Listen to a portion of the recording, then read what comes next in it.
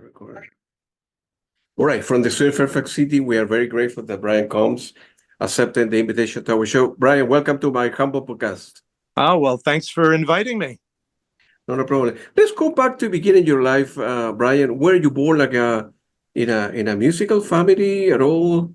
Were you taking piano lesson, guitar lesson when you were a little kid? Your parents pushing you, hey, you need to learn an instrument or something? No, not really. I was growing up, I was more of an athlete. I played baseball and basketball, and that was really the focus of my youth. And but I also, on the side, it was writing, but it was poetry and stories and short stories. And and then friends kind of turned me on to different musical things. I was a big Doors fan because I thought Jim Morrison was this amazing poet, and I wanted to emulate Jim Morrison and be a poet.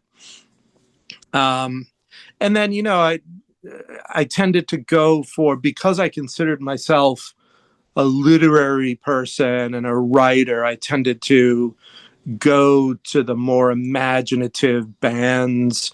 I loved Syd Barrett, Pink Floyd, and I loved, Peter Gabriel's Genesis, and again, the Doors, and basically anything that was, that I thought was a little bit more literate. And perhaps looking back, some of that stuff may have been a little bit pretentious, in particular the Doors.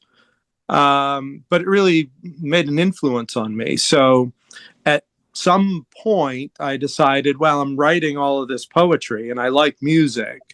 Let me see if I can write a song. So I went to a music store and bought an electric piano that's actually over my shoulder, that bottom keyboard over there. Yeah, I can see it. Yeah.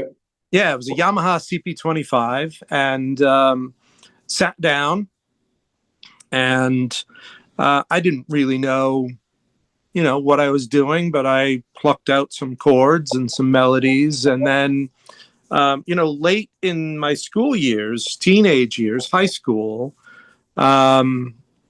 took quite a few music theory classes and piano classes. So I became a pretty good intellectual musician, theory-wise. I had a pretty good grasp, came to have a good grasp on the theory side of things. But, my physical technique wasn't all that great. But I was an organizer, and I was a list maker, and I was ambitious. So one of the school's best musicians happened to be in my neighborhood. He lived in my neighborhood.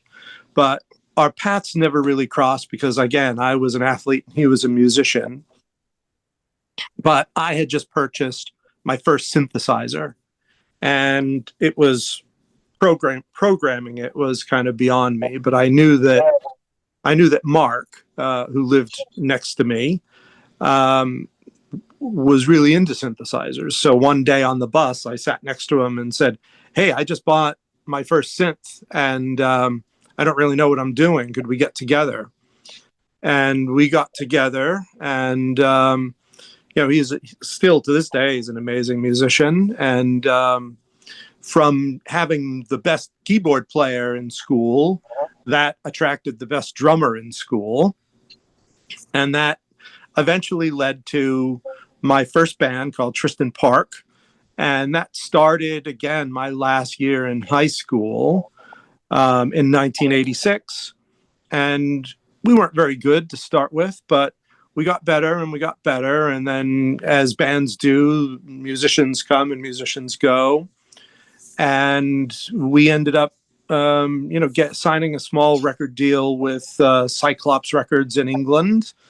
And we're fortunate enough to do a couple of tours in Europe in 1996, which was also my honeymoon. My wife and I decided to bring the band with us on our honeymoon to do a tour.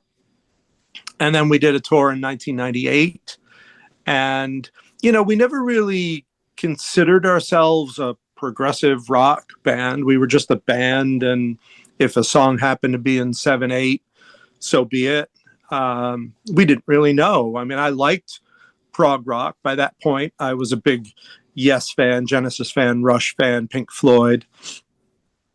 But we also liked the pop music of the day and kind of the indie stuff. I was a big Joe Jackson fan and Squeeze. And then a little bit later, Crowded House came on the scene. And I loved those bands. So I was always trying to kind of morph in what I called intelligent pop with something that maybe was a little bit more adventurous musically. And I think that's why I really took to Genesis, both old Genesis and new Genesis, because, they wrote really interesting songs, but they had really pretty melodies. And that's really what I was all about, was a strong melody with an interesting lyric. But then, I think Yes did that as well. There were still some melodies. And, so that kind of was my upbringing. And so, Tristan Park ran its course.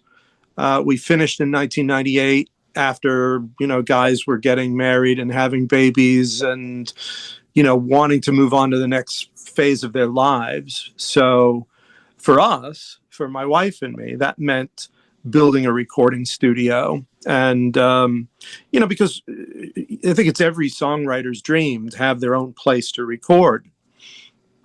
So I was working in the software industry when the band ended, and I had a good job at a really good company. And Michelle, my wife Michelle, and I moved into a house, and we decided, well, why don't we set up a recording studio in our basement? So we ordered a bunch of equipment, and it was all delivered. And of course, I'd been in studios for, my entire music career, but never sitting, on this side of the mixing desk. It was always being the guy being recorded, not the guy doing the recording. But I took to it, and, I'm a voracious reader. So anything that I didn't know, I read about, and, things started sounding pretty good. So Michelle and I did a record together that was really fantastic, in that Ian McDonald, who was one of my musical heroes, flew up from New York. He was in New York at the time, and he flew up to New Hampshire and spent a weekend recording with us. And he was fantastic. I mean, he played saxophone and acoustic guitar on a few things, and bass clarinet. And he said that he hadn't played bass clarinet really since In the Court of the Crimson King, which was kind of cool. He played flute, played alto flute. The one thing I couldn't get him to do was play our mellotron. We've got a mellotron here. And he said, I don't care to ever see a mellotron again. But, so things were sounding good in our little home studio, to the point where we thought, why don't we do, what all the rock stars do, move out to the country and build a real proper studio. And I'm sitting in that right now. This is the control room at Rocking Horse Studio. So that kind of brings us to today. How difficult was to learn? See, what someone can buy material and plywood and everything to buy a house, but building a house is something different. You can buy, if you have the financial means, buy equipment, but recording, have to mix instrument and later on master a particular recording. I suppose it takes a lot of skills, right, to do that. So you learn. I imagine that you mentioned that you learn everything your own, little by little. After reading, try and error kind of stuff. Yeah, when we started, I was just trying to stay one step ahead of whoever we were recording. Honestly, to the point of, all right, I'm working with this band, and they have a harmonica player. How do you record a harmonica? So I would read about how to record a harmonica. I mean, it was basically that simple. But I'm a big believer in that theory of the 10,000 hours before you're proficient at something. When we moved in here, we were working with a whole new. This mixing desk was new, and the monitoring system was new, and our live room was much bigger than our small room in my home studio. So not only was I still learning the science and craft of being an engineer and a record producer, I was also learning how this room or how these rooms respond to music. So, our first handful of recordings here, that room beyond the glass has an amazing live big sound. And we loved that. I mean, drums sound enormous in that room, but we weren't recording them in a way that we could get the sound of the room off the drums. So therefore, the drums always sounded like they were recorded in the Grand Canyon, and we couldn't remove that sound from the drums. So, we learned very quickly, all right, well, we need to we baffled the drums off so that the microphones that are on the drum kit are just getting the sound of the drums. And then in the distance, we would set up what we call room mics that would pick up the ambience in the room so that when we go to mix, we can bring up or down as much of that ambience as we want. So, like I say, the first few records that we did here in this studio were not all that great, but we learned pretty quickly. And, like I say, it kind of happened really without me really realizing, like, hey, wait a minute, these records sound pretty good now. And, to the point now that I'm pretty confident that anything that we do here is going to sound good. But it took a long time to get here. I got you. In general, how you would describe the importance of mic when recording? Mic in a drummer, a piano, a guitar. People spend, I don't know, $500 on a particular mic, any brand, or if you go to Abbey Road or just real world $5,000 mic. So from 500 to 5,000, it's a big difference. Yes. It's 10 times over difference.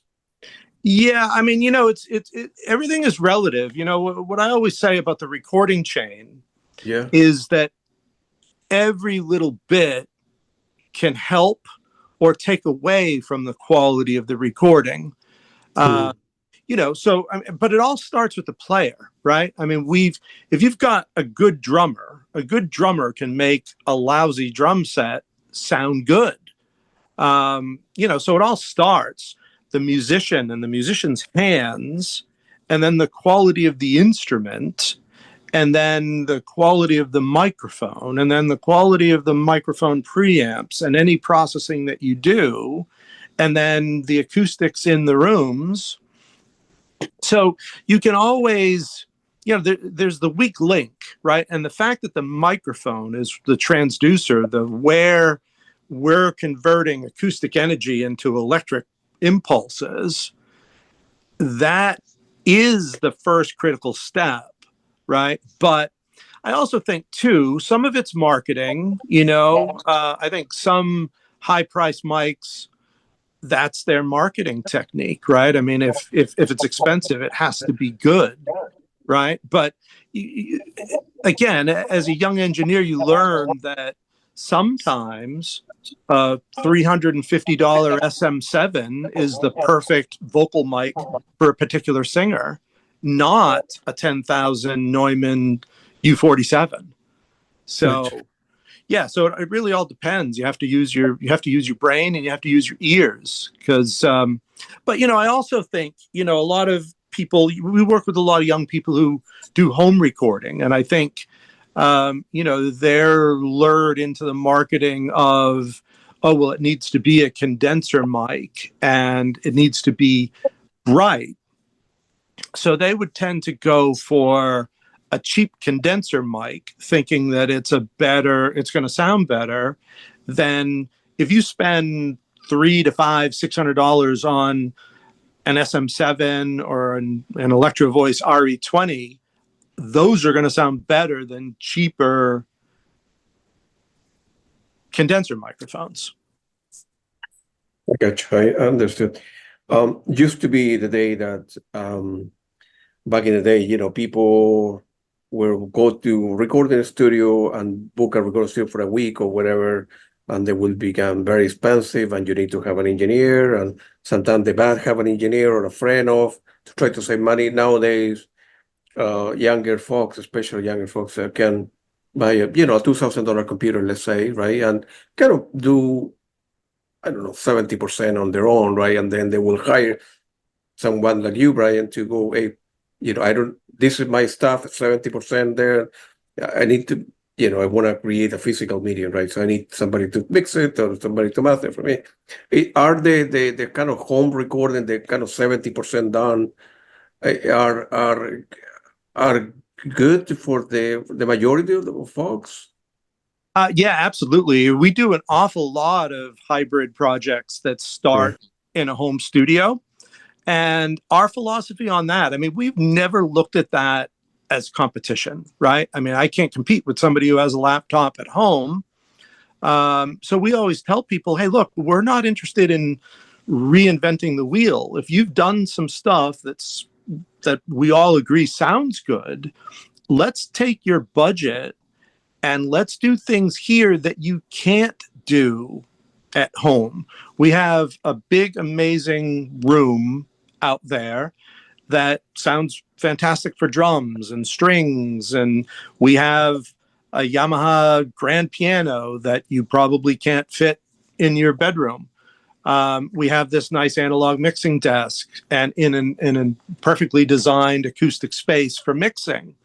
So we always tell people, let's prioritize your budget, do as much as you can at home, and then anything that you can't do at home, let's do it here. That, if you're just plugging in a keyboard or plugging in a bass guitar to a nice interface, you could do that at home. You don't need to do it here.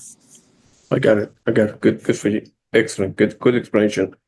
So you went to music at the beginning, recording those 4 records with a band, and then one with your wife, and at the same time you end up building your recording studio, and then you began taking the role of mixing for other folks, or being an executive producer or a producer for some band, and so you learn how to do things, and you develop an appetite to learn all the aspects of music, right? What like I told you in the beginning, what makes like a regular recording, and is something that you always want to do, have like not just being a musician, playing with band, creating your music, but learn the business side of the music as well. And yeah, I really enjoy, again, I'm an organizer, I'm a list maker. yeah, Pretty good with meeting deadlines. And I think my experience as a musician kind of gave me an overview of. I just like the role of producer. I was, George Martin is kind of the template for what a producer can bring to the table. So I became, fan of Daniel Lanois and John Bryan and Alan Parsons, and the list goes on as far as my favorite producers. And, that kind of happened organically here too, which kind of led to Rocking Horse Music Club. We started working with a lot of singer-songwriters who wanted to do a full band record, but they didn't have the musicians. So when we first opened, I had a business partner, and he was a drummer, and I played keyboards. I write music on keyboard, but I was primarily a bass player at the time. So when we first opened and we started working with singer-songwriters, my business partner, Dave, would play drums and I would play bass, but I was also trying to engineer and work with the computer. So it quickly became untenable for me to do both. So I stepped back. We hired a bass player, and that allowed me to twiddle the knobs on the mixing desk and make sure the recordings were good. But it also gave me the opportunity to take a broader scope. And after the drums and bass and the guitar were done, I would be able to say, hey, you know, this might be cool with a Hammond organ or an electric piano or a string section or whatever it was. And that kind of led to my role as a producer. So now our typical setup here in the studio, there's a guy that's been working with me for a long, long time. His name is Josh Kimball. He usually sits in this chair and he runs the computer and he does some mixing desk stuff during tracking sessions. And I sit in a chair over there and just kind of oversee things. And then, he and I have got a good system down where I'll twiddle some knobs on the mixing desk and I'll set up microphones. And, but yeah, that kind of led me into, over the past couple of years, I've actually been doing quite a bit of orchestral arranging for people. Mostly it's all pop stuff. It's either gospel stuff or folk stuff, but some of them are pretty elaborate, and I will write string arrangements, and that I really relied on my high school music theory training and just my instinct as a musician, so here's a song and somebody wants me to write strings. I sing it to myself and then I play it on the keyboard and it goes into the computer and then I tweak it and then we output a score and then we go someplace. I've been doing a lot of work at Abbey Road over the past couple of years and just went to Blackbird in Nashville with a project to record strings and French horns and trumpets and flugelhorns. And I really, really love that. Again, George Martin and Brian Wilson. I love making it big and orchestral. And, I enjoy doing it. And people seem to like what I'm doing. It's for you, man. Very happy with you. Glad you're telling me your story. In 2014, you received 2 Emmy Award nominations from the National Academy of Television and Art Sciences. Now, that's a big deal to, in many ways, receive confirmation for an Academy telling, man, you're doing a good job. You always, the back of your head, you're thinking, well, I think I'm doing okay. I think I know what I'm doing. But if somebody else would, a big entity is recognizing me, and it's something important as well, So yeah, feel free to. Those nominations actually took us by surprise.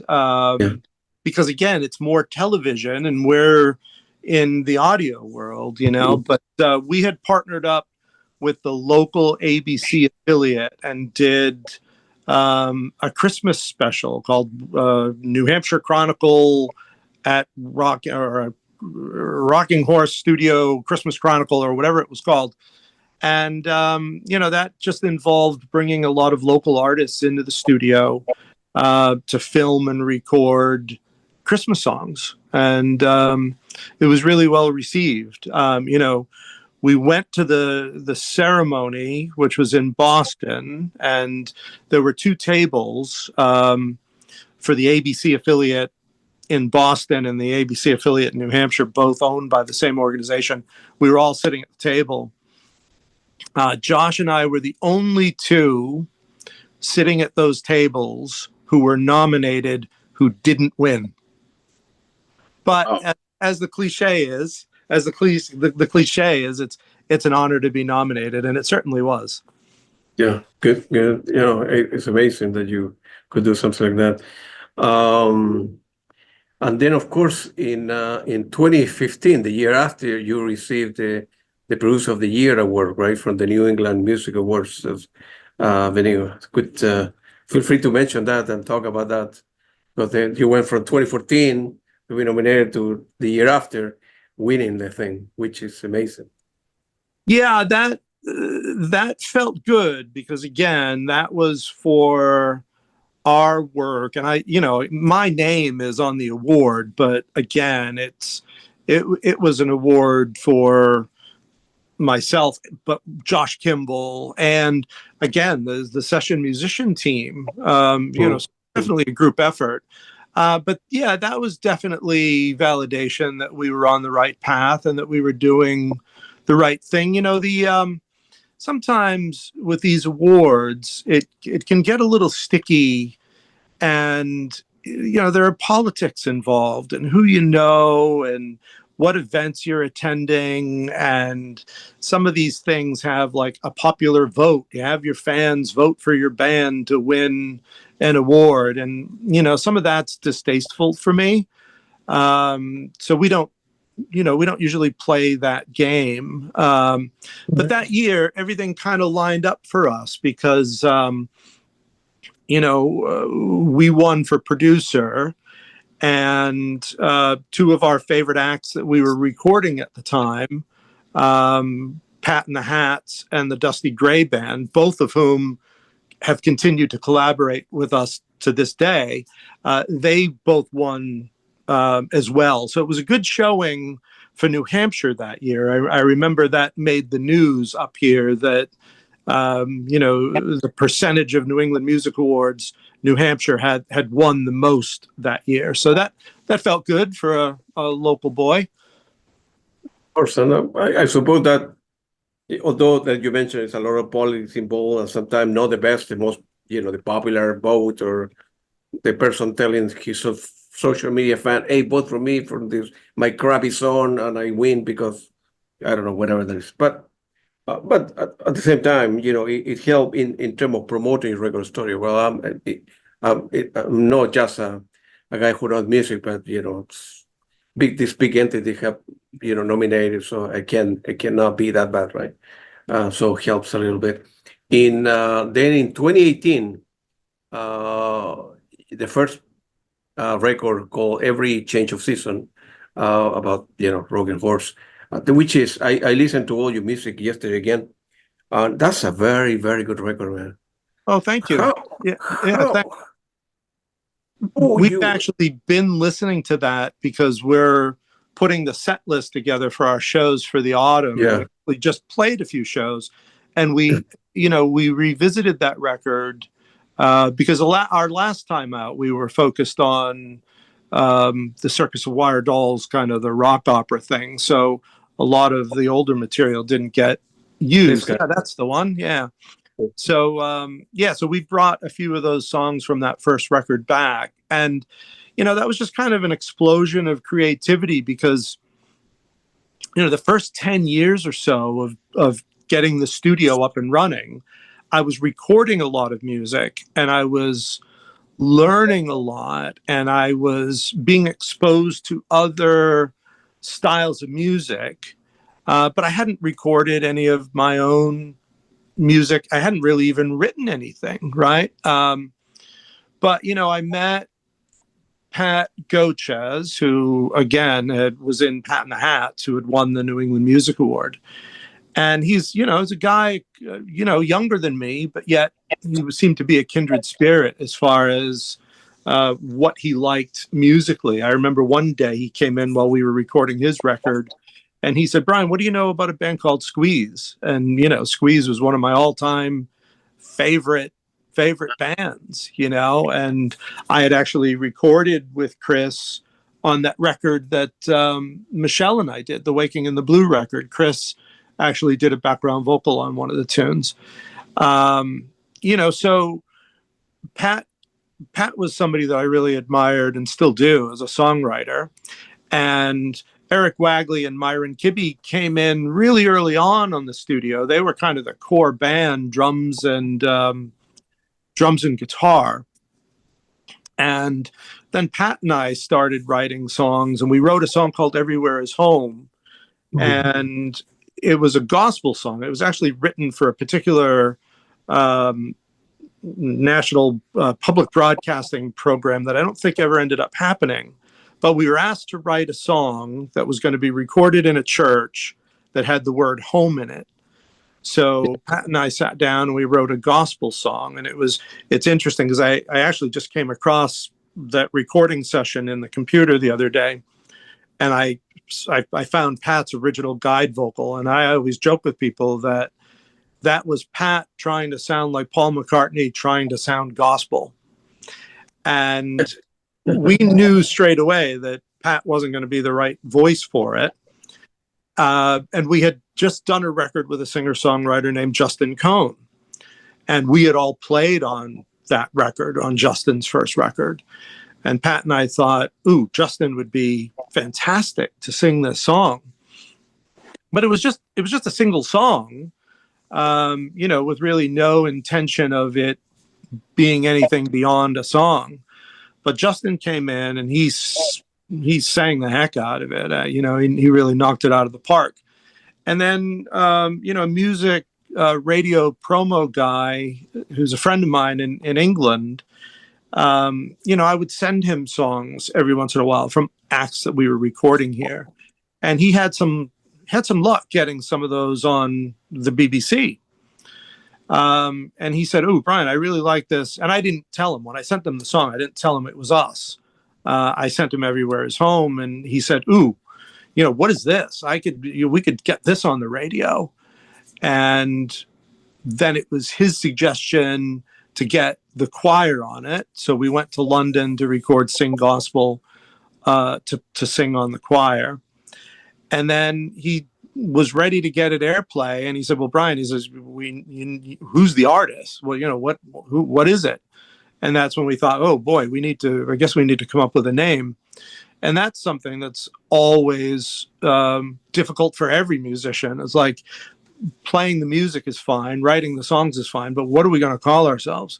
And we went through thousands of different variations and different ideas. At one point, we were going to call it Rocking Horse People, as a kind of a reference to, the Beatles song. And, but apparently there was a Beatles tribute band somewhere called Rocking Horse People. So, I don't know, we just came with Rocking Horse Music Club. And that's kind of how that first group of songs came about. It was just collaborating with Justin and Pat on songs and getting Myron and Brenden and Eric as the band to record them.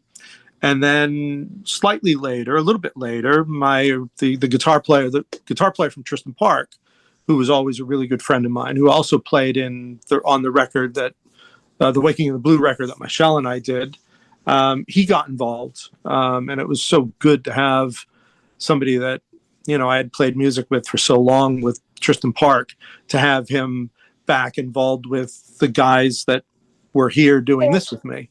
So that's kind of how Rocking Horse Music Club came about. That's great. The first track of the first album is pretty good. I don't have the name handy, but I really like the vocals and the melodies. Is that is it Waiting for the Leaves to Change? Is that the first track? I need to look it up. I need to give me 1 minute, because otherwise I will not be able to concentrate if I don't. All right. So let me see here. Every change of season. It's Waiting for the Leaves to Change, right? Correct. Yeah, Waiting for the Leaves. That's the first one. Yeah, we're actually playing that. We played beautiful. That was kind of our Baroque pop period. That's me on the harpsichord, and again, it's my obsession with Beach Boys harmonies. There are a ton of background vocals on that song. That's one that Justin and I split the lyrics on, and Pat and most of the music on that was mine. Pat kind of tweaked a few things to make them better. So that brought everybody's strengths to the table. That's one of the songs that has returned to the set list. That we'll be performing that on all our shows coming up. All right, that's great. So you guys end up releasing that particular album. The BBC and other radios start playing the stuff. Did you have the opportunity to tour a little bit with your band for that particular? After that particular album, right? Yeah, we did. We we put together. I put together a short tour in Britain in 2018. That was really more. We probably had no business going out because nobody knew who the heck we were. But we did have a little bit of airplay, and we did play at the BBC at an event called the BBC Club. We played that, and played the Dublin Castle in Camden, and then there was one day we were staying at an Airbnb in Slough, and we were at the Airbnb, and the owner of the Airbnb came to look at something in the bathroom wasn't working quite right or whatever. I don't really remember, but and he said, "Hey, what are you guys?" And he says, "Oh, you guys are a band." And we said, "Yeah." And he says, "Any chance you guys would be free on Sunday afternoon?" And we had a gig booked for Sunday night, but we were available on Sunday afternoon. And he said, "Would you be interested in playing a garden party for the Prime Minister of the United Kingdom?" So so I got him. I think we needed to get, we had to get prints of our passports, and they did a security check on us. And of course, we were there legally anyway with work visas and stuff. So there was a record of us being there legally. And yeah, we ended up playing a garden party for the, for the Prime Minister, which was pretty crazy. Yeah. Oh, good for you, man. What was been your connection? I don't know if your wife is English, but you you began going to England and London in particular many times. That you, if you don't mind asking, you have like a connection. You knew that your music could be heard and played, because then we'll talk about the next album with Anthony Phillips tribute. And why you England, if you don't mind? Yeah, well, we kind of stumbled into it. I mean, I tell people my favorite literature is American and my favorite music is British. Yeah. So growing up, I always kind of idolized and had this idea of, that England was the place you went for music, and being a big Beatles fan, Abbey Road was kind of like a mecca for me. Yeah. But then, like I say, Tristan Park, we put out our first CD on our own, but to try to make ourselves look a little bit more important, a friend of mine who I was working with in the software industry, his brother lived in London. And he and I kind of cooked up this plan of, oh, well, why don't you use my brother's address in London and call it a record company? And then everybody in America will think, oh, wow, these guys have a record deal in England. They're a big deal. So that's exactly what we did. He and his brother were from Northern Ireland, from County Antrim. So we called the record company Antrim Entertainment and put an address on the CD, Antrim Entertainment in Ealing. And, and that worked. We got some press here in New Hampshire about, ooh, this band has a record deal in England. But then I thought, well, maybe we got to really make it real. Yeah. So there was a writer for a progressive rock magazine called Progression, which was published out of Lowell, Massachusetts. He came to our CD release show for that first Tristan Park record, and he said, there's a new record label that's starting up in England that would be perfect for you. So he gave me the address, and I sent a CD, and then I followed up. Now, this was well before email and everything. I sent him a fax saying, hey, look, I'm going to be on holiday coming to England on vacation.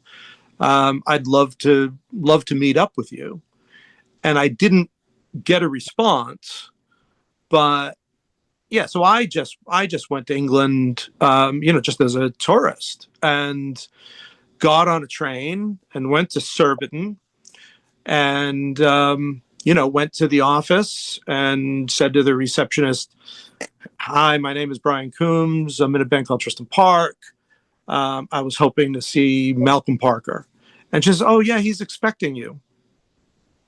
So he took me around to the pub, and we had lunch.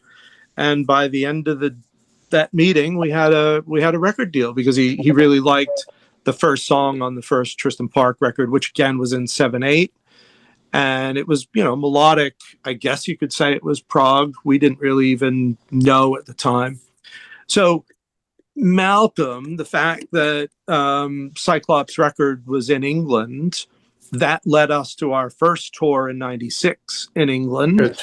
which led to the tour in 98 in England. And then it just kind of continued. So with Rocking Horse Music Club, there were still a lot of contacts that I had from my Tristan Park days that I relied on to get the band. It's interesting. I mean, there are a lot of people online who don't even realize that Rocking Horse Music Club is American. We get quite a few reviews that refer to us as a British band. And, I'm okay with that as long as they're listening. Sure. But yeah, we've played more gigs in England than we have here in the United States. That's very strange. Right, but now I know the reason why. I mean, you guys are a very good band. Well, yeah, But of course, I did. Somehow I thought maybe your wife is British and you would end up start going there. And you mentioned Abbey Road and so on. Now I understand that the second album, Which Way the Wind Blows, from 2019, right, 5 years ago. Yes, was a tribute to our mutual friend Anthony Phillips, and that's another great album. Why selecting? Instead of doing your own, right? Selecting a member of Genesis and then go over his own and so forth. What was the main motivation? Yeah, well, I do tell young artists that we work with here in the studio, I said, hey, whatever you do, don't follow our example, right? Because our first record had a gospel song, and then our second record is a tribute to, the original guitar player from Genesis, who not a lot of people here in America really know, unless you're a big Genesis fan. So, but after we had played at Trading Boundaries in Sussex in 2018 on our first Rocking Horse tour, and I became friends with Michael Clifford from Trading Boundaries, and I had also Aunt Phillips had through my connections with Tristan Park, I with Aunt Phillips because I was looking for somebody to play 12-string guitar on a project that we were producing here. And Martin Hudson from the Classic Rock Society had just interviewed Aunt. So I emailed Martin and said, hey, I'd love to get Aunt Phillips to play 12-string guitar on a project. And he wrote me back. He said, hey, I spoke with Aunt. Here's his phone number, call him up. So that, I struck up a friendship with Aunt. I actually went over to England because I thought, well, hey, if Aunt is going to play on a record that I'm producing, I want to be part of it. I want to be there. Because, in this day and age, it would have been easy for him to just record it and send the file. But I thought, well, I want to be there. So that session actually happened on my birthday in March. And, so it was there. I met Dale Newman, who worked with Genesis as their roadie, but was also one of the vocalists on Ant's album Sides. So, I really enjoyed meeting Ant that day. And he's you've spoken to him, so you know how personable he is and friendly and modest he is. So Michael Clifford had suggested, hey, would the band be interested in doing a tribute to the solo careers of one of the Genesis guys? And to me, there were only two choices. It was either going to be Aunt Phillips or it was going to be Tony Banks. And then I thought, I don't know if I have the keyboard chops to do a whole Tony Banks tribute, but we have amazing guitar players, so I think we could pull off Aunt Phillips. And yeah, so so that's how that came about. And again, I actually went back over to England. I mean, yes, it sounds like I'm in England all the time, and probably because I am, because I enjoy going. But I also wanted to sit with Aunt, face to face, rather than even on a conference call like we're doing. I wanted to be able to look him in the eye and say, hey, look, Aunt, this is what we're thinking of doing, but we'd only want to do it with your blessing.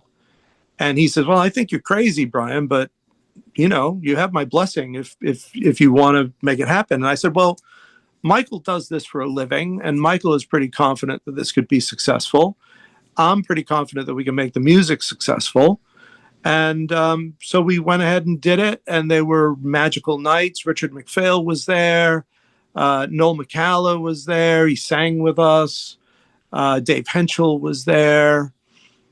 So yeah, those were really fantastic nights. And of course, that was pre-pandemic too. We had no idea what was coming a few months later. That's a great, great album. And Anthony, right? Anthony is a very humble, quiet guy. Give it to himself. I always thought. See, stupid thing that I want to say. When I was living in South America in Chile at the time in high school, I thought that everybody that spoke English were kind of the same, right? And when I got here and the first time in England, when I went to the UK, I noticed, well, big difference between Americans, talking a lot about themselves. The British are very quiet. They don't promote themselves. If you see Ant or, I don't know, Peter Gabriel walking down the street, you wouldn't know who they are. They would never tell you, hey, I'm kind of famous, or this. People in the United States are more, they like to talk more about themselves. It's a big difference culture-wise. And that's the reason that I end up going, I will be going again and again, many times a year to the UK, because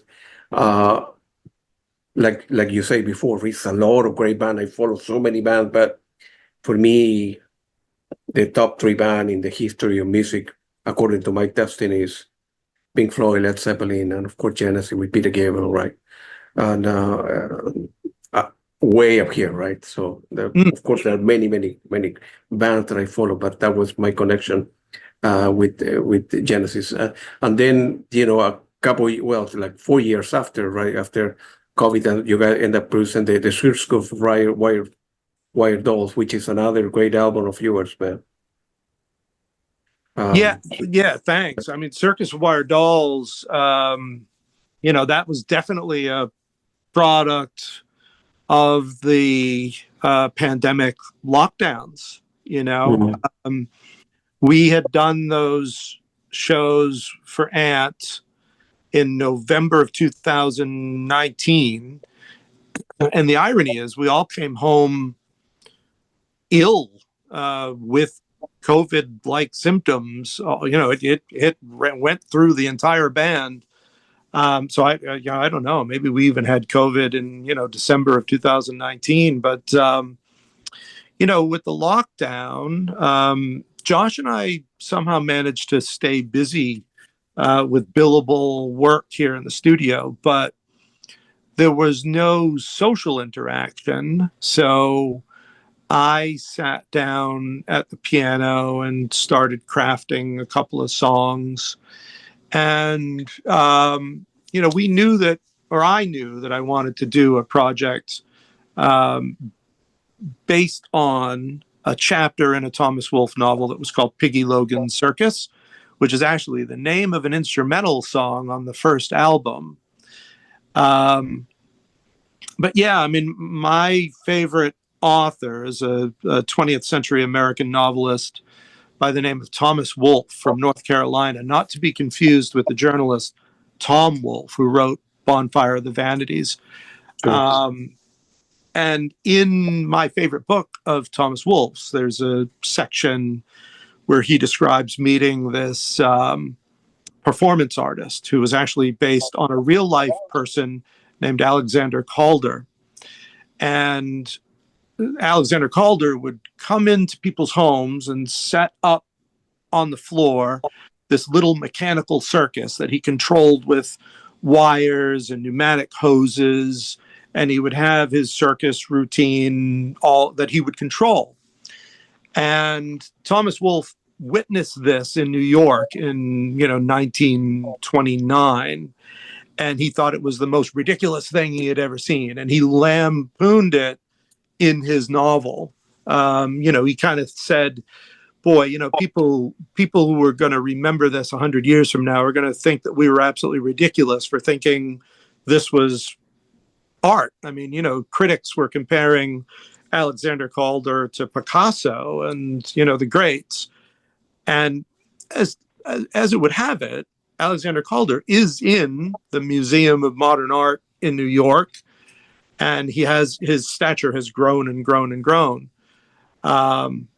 But Thomas Wolfe just thought it was pretentious. Well, maybe not that the act was pretentious. He didn't really know, but he thought all the people that were watching the show and pretending that it was something deep, he thought those people were pretentious, and he thought it was ridiculous. And I just thought Piggy Logan was the name that he gave to Alexander Calder, and I just thought that was humorous. But it presented a number of questions about what did Alexander Calder really think? And, that led me to this kind of fantasy world of a guy who runs this circus, and he makes these inanimate objects animated. They come to life. He brought them to life.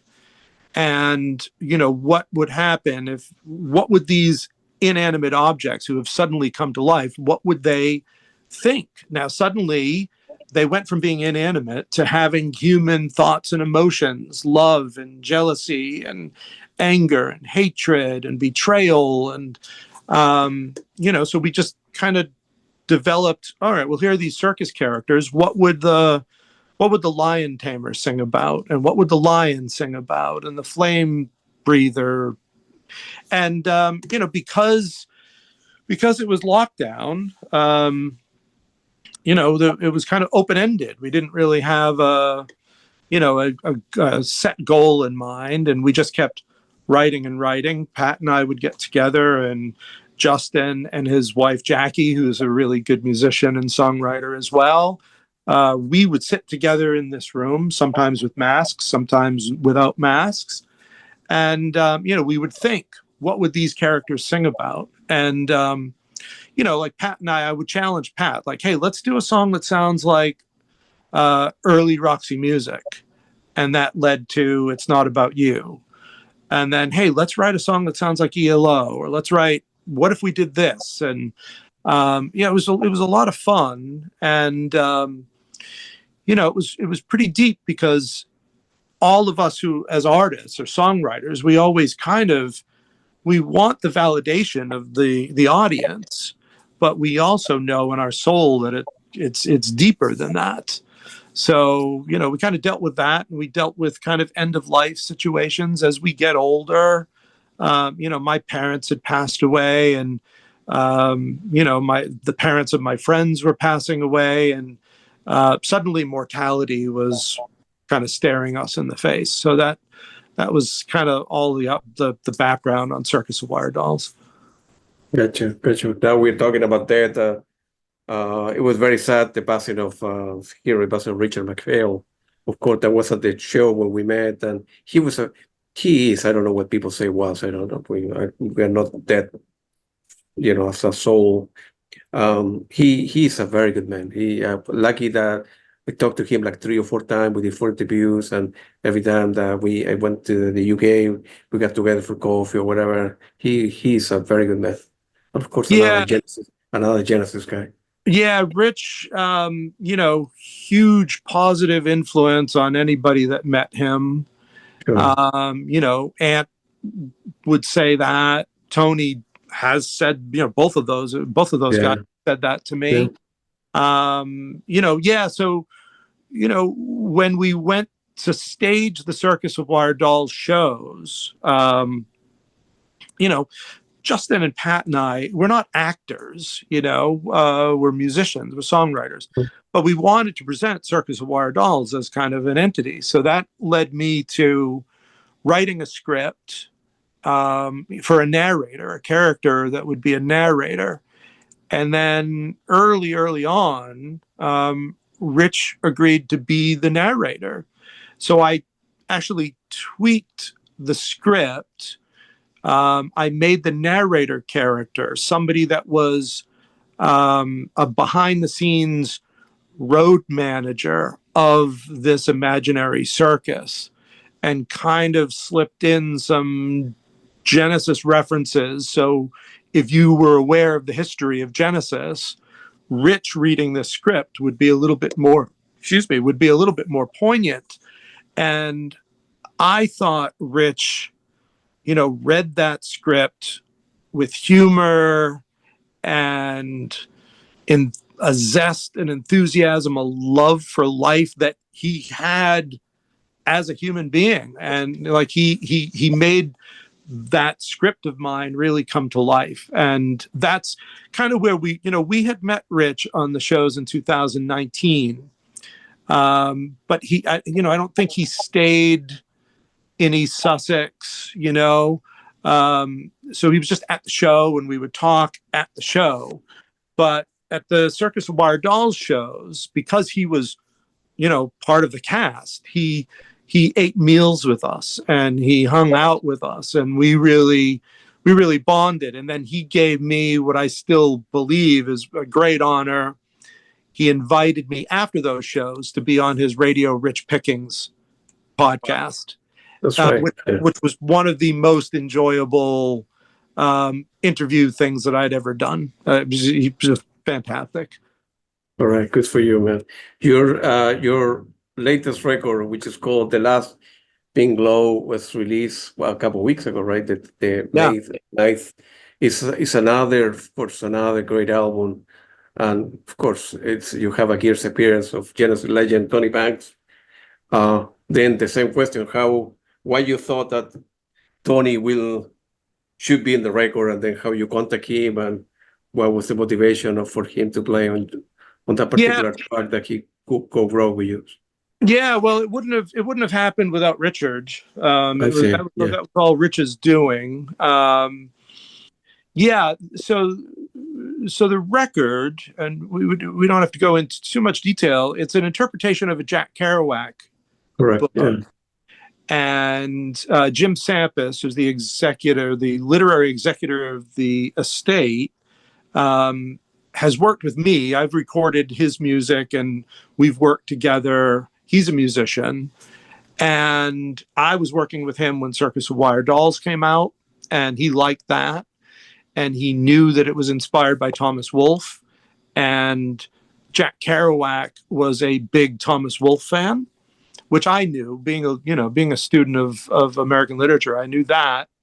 And Jim just asked me, he said, "Hey, do you think we could do something similar to what you did for Circus of Wire Dolls with one of Jack's books?" And I, as a literature person, I thought, that's fantastic. I mean, how could I not? And he was proposing that we use some of Jack's lyrics or words from the book as lyrics.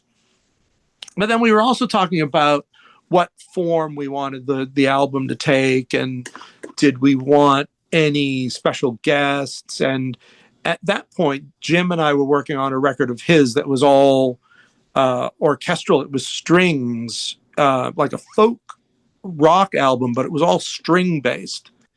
And, I knew that Tony was doing orchestral music. So, Jim asked me, he said, "Do you think Tony would be interested?"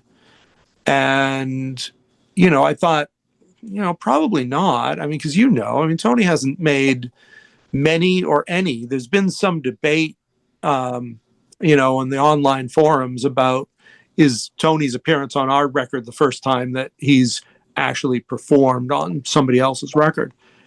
And, so I went to Rich and said, "Hey, look, I'm doing this project and it could be kind of cool." And wondered if, there was any chance that Tony would be interested in being a part of it. And he says, well, it sounds interesting, Brian. Why don't you write something up and I'll propose it to Tony?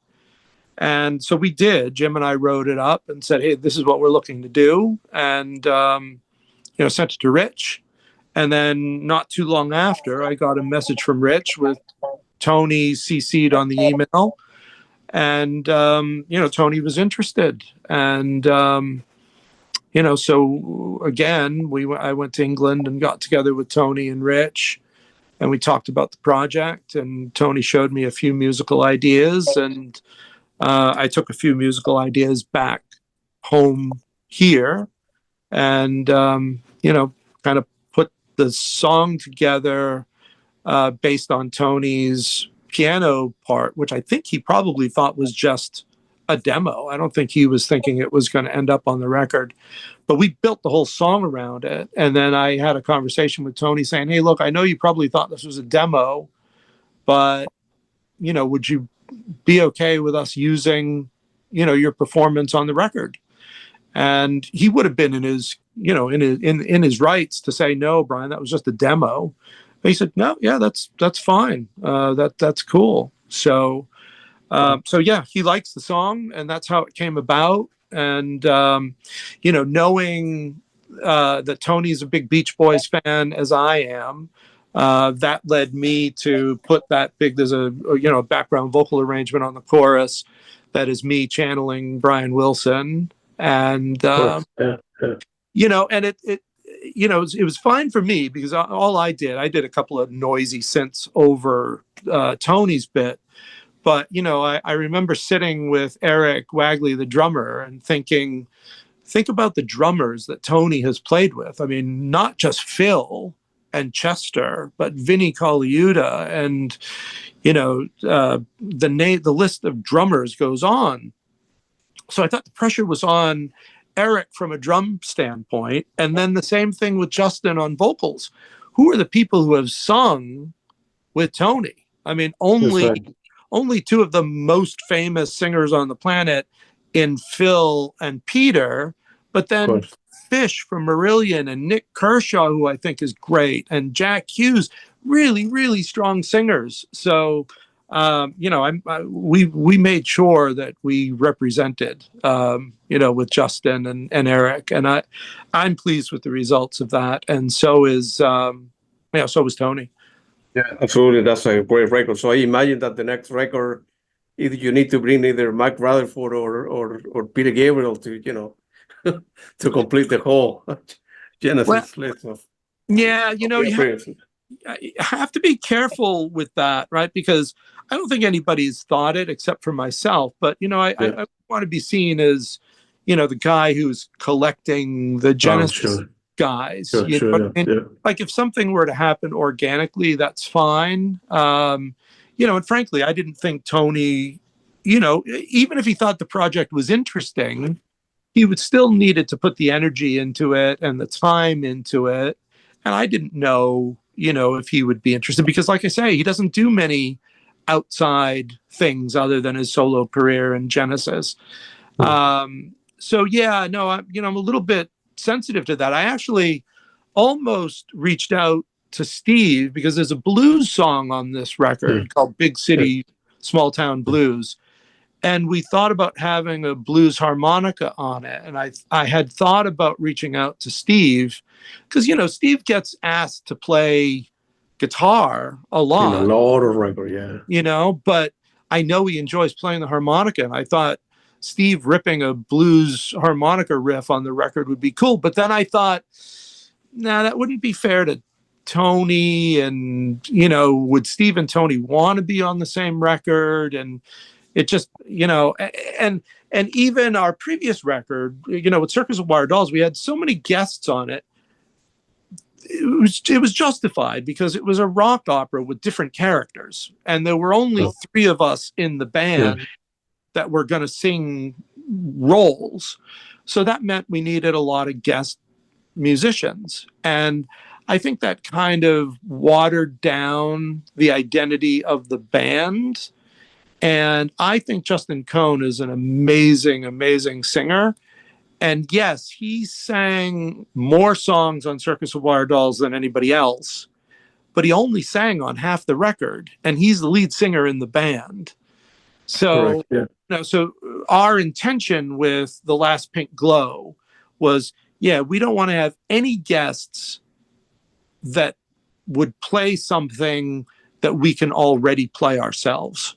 So it's the first record in our history that Justin is the lead singer on the whole record.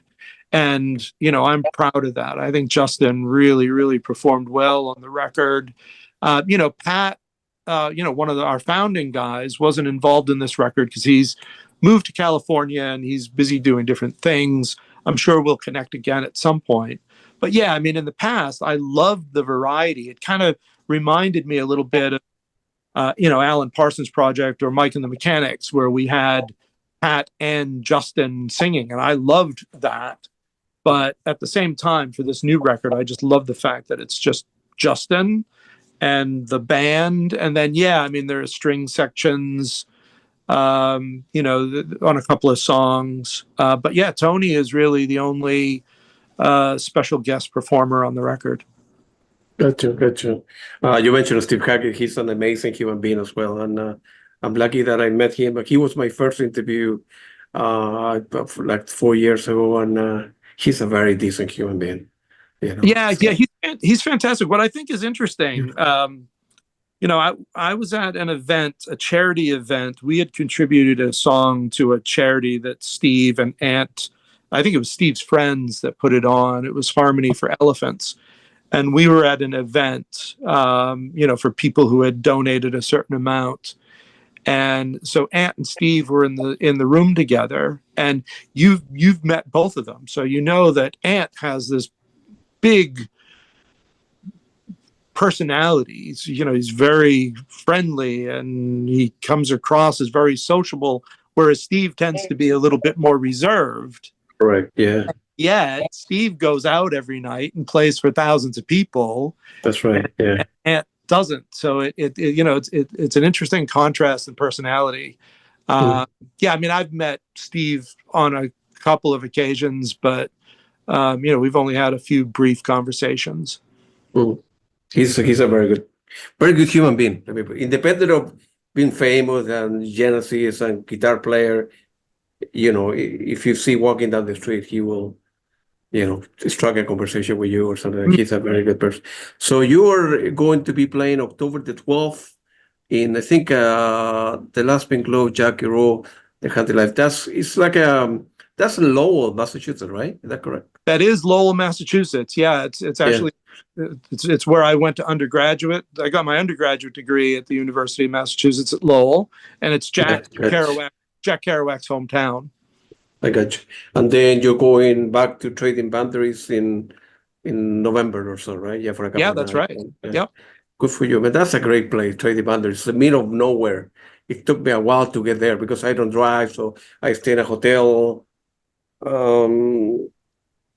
a couple of miles from that venue, and then I needed to call like an Uber, a taxi, and no lights.